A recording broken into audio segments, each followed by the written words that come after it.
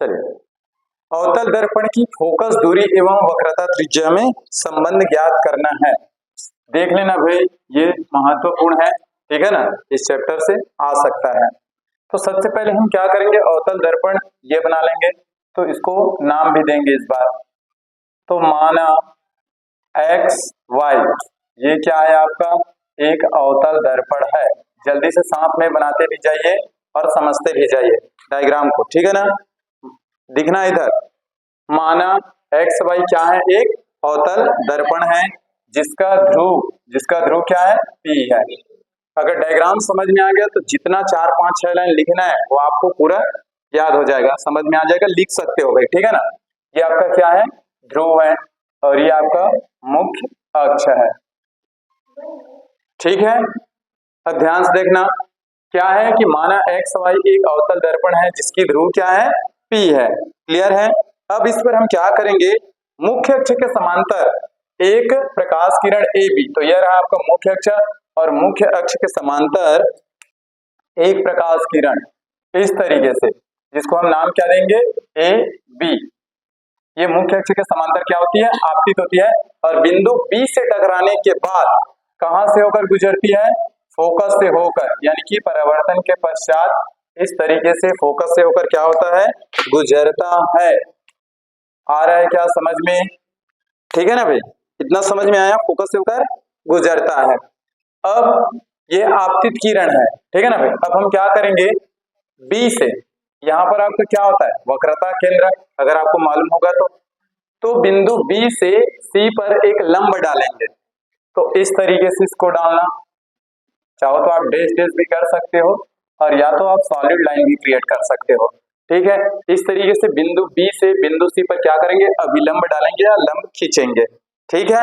तो आपको मालूम होगा यहाँ पर दो एंगल बनेंगे, कोण।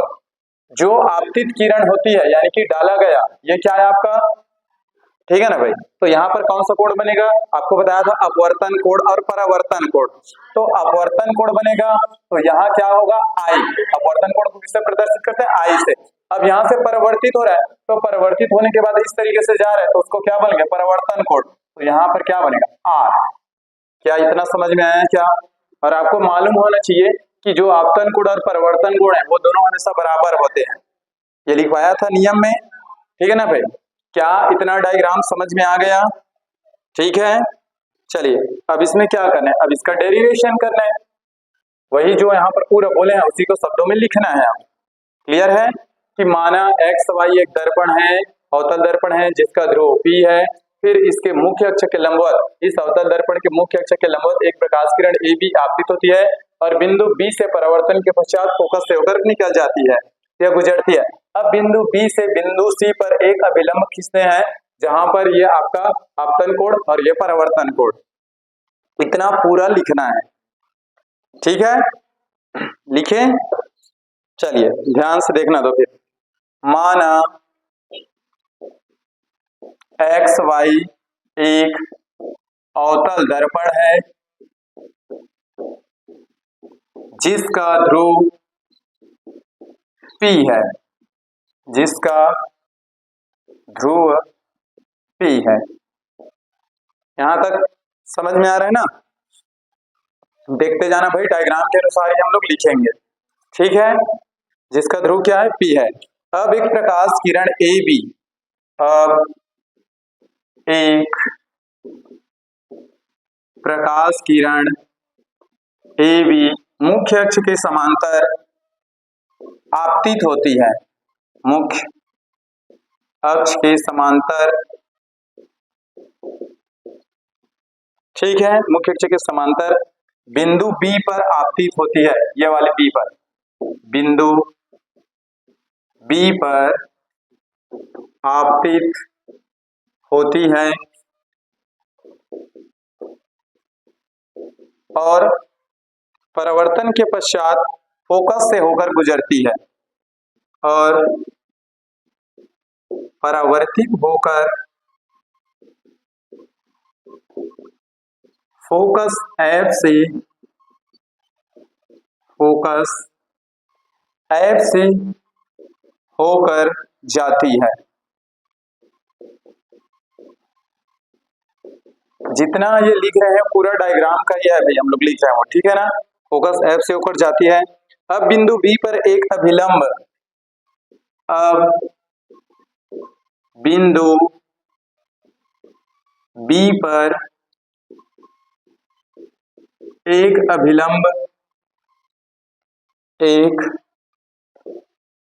अभिलंब B से खींचा, देख लो खींचे है ना।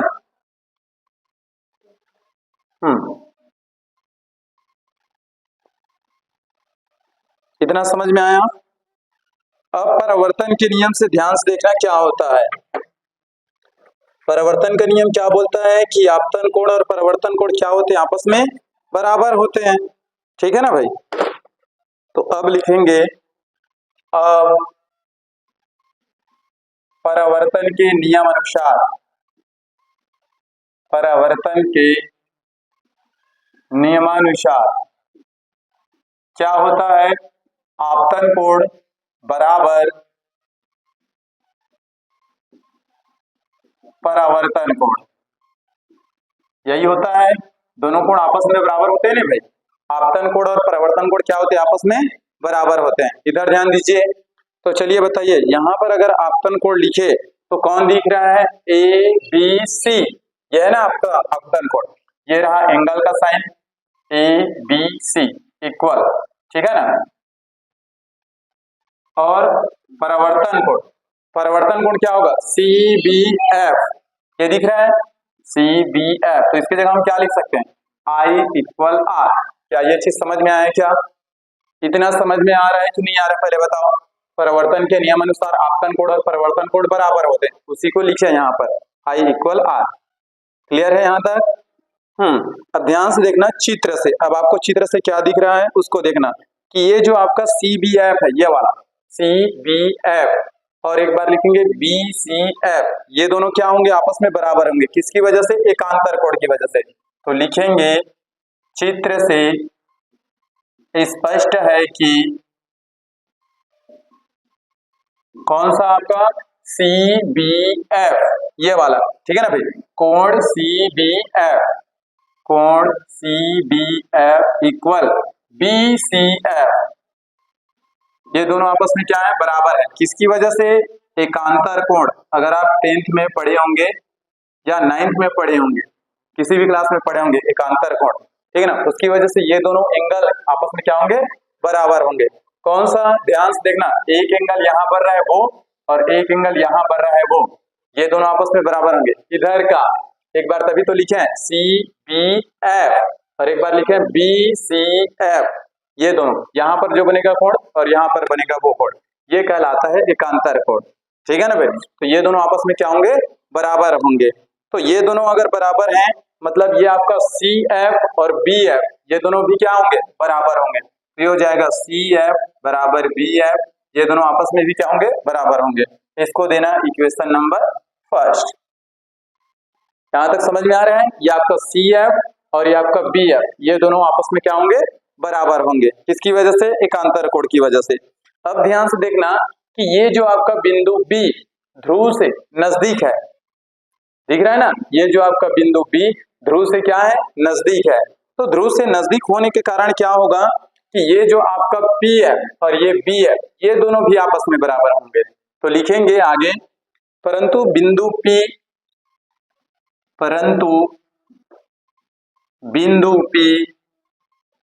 ध्रुव के, बिंदु B ध्रुव P के अत्यंत समीप होने के कारण, अत्यंत समीप होने के कारण क्या हो जाएगा, परंतु बिंदु P के यानी कि ध्रुव के अत्यंत समीप होने के कारण क्या हो जाएगा, ये दोनों और ये दोनों क्या होंगे, बराबर होंगे। होने के कारण क्या हो जाएगा, PF या FP, जैसे भी लिखो, क्या हो जाएगा, BF। इसको देना समीकरण नंबर 2, PF बराबर BF होगा, ठीक है, इतना होगा। अब ध्यान से देखो, समीकरण 1 और 2 में आपको क्या दिख रहा है, एक साइड आपको BF दिख रहा है, तो ऐसे भी लिख सकते हो कि समीकरण 1 में समीकरण 2 से BF का मान रखेंगे, या तो समीकरण 1 और 2 की तुलना करने पर। ठीक है, चलो तो अब क्या होगा, समीकरण 1 और 2 से तुलना करेंगे। तो ध्यान से देखने, आप बोल सकते हो समीकरण 1 में मान रखने पर, तब लिखेंगे तब समीकरण 1 से, तो समीकरण 1 से क्या हो जाएगा, इधर है आपका CF, तो इस BF की जगह क्या रखेंगे, PF, ये इसको देना समीकरण नंबर 3। क्लियर है। अब इसके दोनों पक्ष में क्या करेंगे, दोनों पक्ष में PF जोड़ने पर, इधर तो लिखेंगे दोनों पक्ष में PF जोड़ने पर,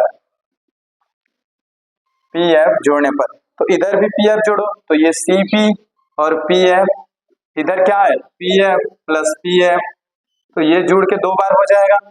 तो अच्छा, इसकी जगह कुछ वैल्यू रखते हैं, CP और PF, तो यहां से ध्यान से देखना, ये रहा आपका CP और ये रहा आपका PF, तो इसकी जगह आप क्या रख सकते हो,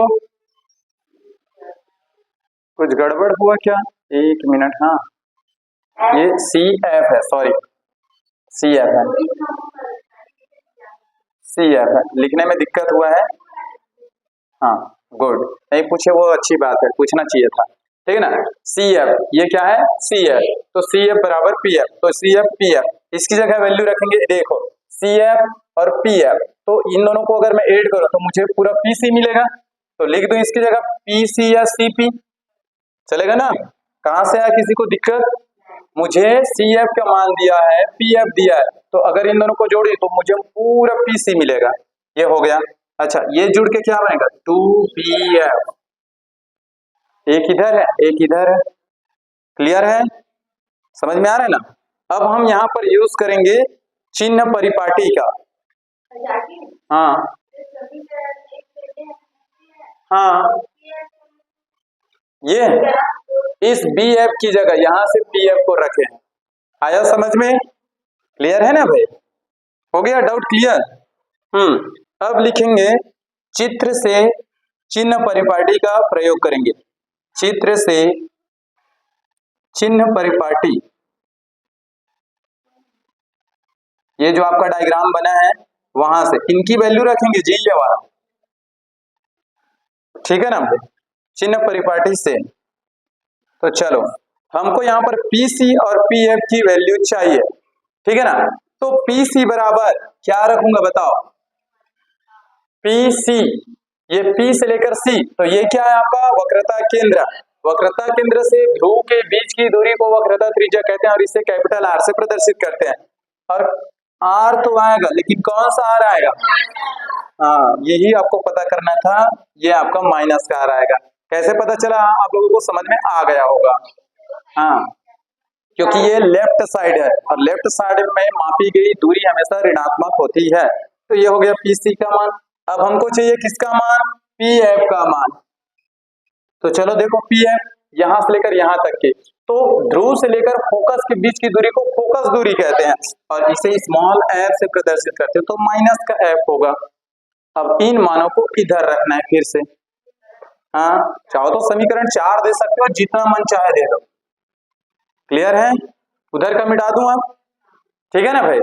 तो चलिए रखते हैं आप, तो लिख लेना, यहां पर बना रहा हूं, फिर उधर और लिख लेंगे समीकरण 4 से, तो समीकरण 4 ये रहा, PC की जगह क्या लिखेंगे माइनस का R, 2 की जगह 2, और PF की जगह माइनस का 2F, तो ये दोनों कैंसिल हो जाएंगे, माइनस माइनस खत्म, तो R बराबर क्या बचा 2F, इसको देना समीकरण नंबर 5, ठीक है। अब यहां ध्यान से देखना, ये आपका क्या है अवतल दर्पण की त्रिज्या, ठीक है ना, कौन सी त्रिज्या, वक्रता त्रिज्या, तो अवतल दर्पण की वक्रता त्रिज्या उसकी फोकस की 2 गुनी के बराबर होती है, शब्दों में लिख सकते हो ना कि अवतल दर्पण की फोकस त्रिज्या, वक्रता त्रिज्या उसकी फोकस दूरी की 2 गुनी के बराबर या 2 गुना के बराबर होता है, नहीं आ रहा है समझ में, ये आपका क्या है फोकस दूरी, ये क्या है वक्रता त्रिज्या, तो अवतल दर्पण है ना,